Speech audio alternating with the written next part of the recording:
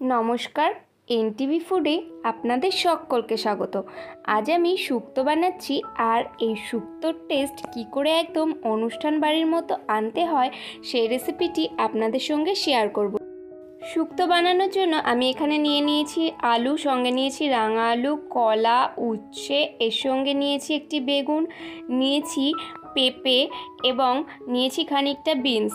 এর সঙ্গে আরও আমি নিয়ে নিয়েছি বরবটি এবং সজনে ডাঁটা। আপনারা আপনাদের ইচ্ছে মতো সবজি ব্যবহার করতে পারেন। এর সঙ্গে নিয়েছি ডালের বড়ি।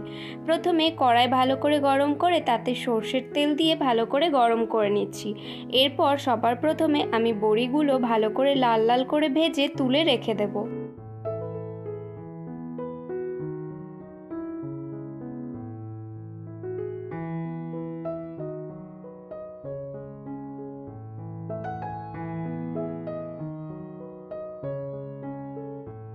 এবারে কড়াই উচ্ছেগুলো দিয়ে এগুলো আমি ভালো করে একটু ভেজে তারপর সাইড করে তুলে রেখে দিচ্ছি।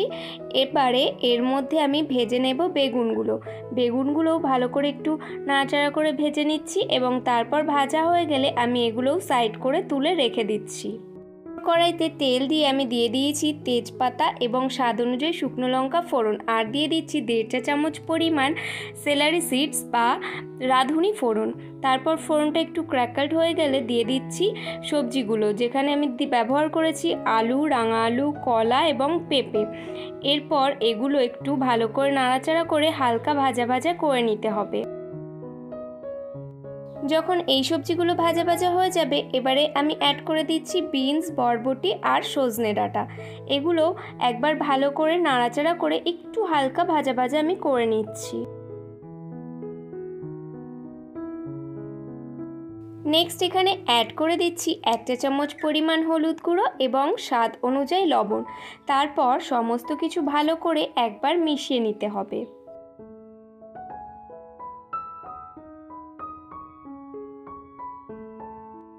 এবারে এর মধ্যে দিয়ে দিচ্ছি 1 চা চামচ পরিমাণ গ্রেট করে নেওয়া আদা। আপনারা চাইলে এখানে 1 চা চামচ আদা বাটাও ব্যবহার করতে পারেন।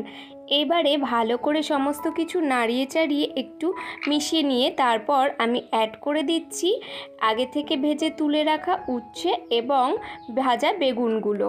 তারপর সমস্ত কিছু আবারও একবার ভালো করে মিশিয়ে নিচ্ছি।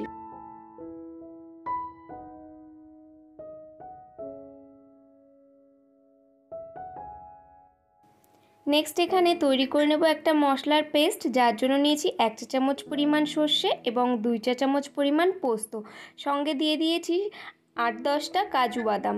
তারপর ভালো করে একটা পেস্ট তৈরি করে নিয়েছি। এবারে এটা আমি অ্যাড করে দিচ্ছি এই সবজির মধ্যে।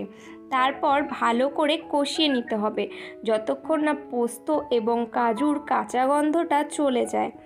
ভালো করে সমস্ত কিছু কষিয়ে নিয়ে তারপর আমি এখানে অ্যাড করে দেব পর্যাপ্ত পরিমাণে দুধ, যাতে সমস্ত সবজিগুলো সেদ্ধ হয়ে যেতে পারে সেই অনুযায়ী আমি এখানে দুধটা ব্যবহার করেছি। এবারে ভালো করে সমস্ত কিছু একবার মিশিয়ে নিয়ে ঢাকনা বন্ধ করে আমি এগুলো সেদ্ধ হতে দেব।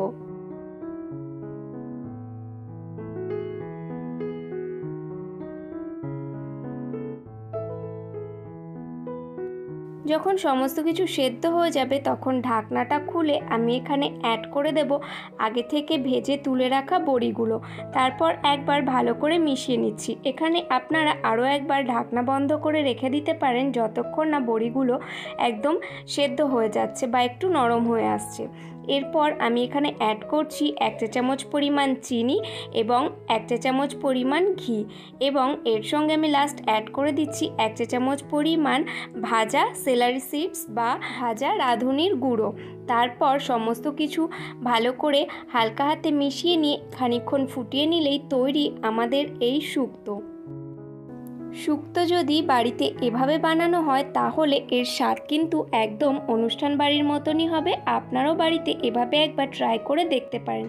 আজকের রেসিপি আপনাদের কেমন লাগলো অবশ্যই আমাকে কমেন্ট করে জানাবেন, আর ভালো লাগলে একটা লাইক করবেন। আজ তবে এই পর্যন্তই, দেখা হবে নতুন কোনো রেসিপি নিয়ে অন্য কোনো নতুন ভিডিওতে। ততদিন সবাই সুস্থ থাকবেন, নিজের খেয়াল রাখবেন, আর রেগুলার নিত্য নতুন রান্না করে নতুন নতুন স্বাদের মজা নেবেন। এই গরমে নতুন নতুন সামার স্পেশাল রিফ্রেশার বা সামার স্পেশাল ড্রিঙ্কসের ভিডিও পেতে হলে আপনারা আমার এই চ্যানেলের শর্ট ভিডিওগুলো ফলো করতে পারেন।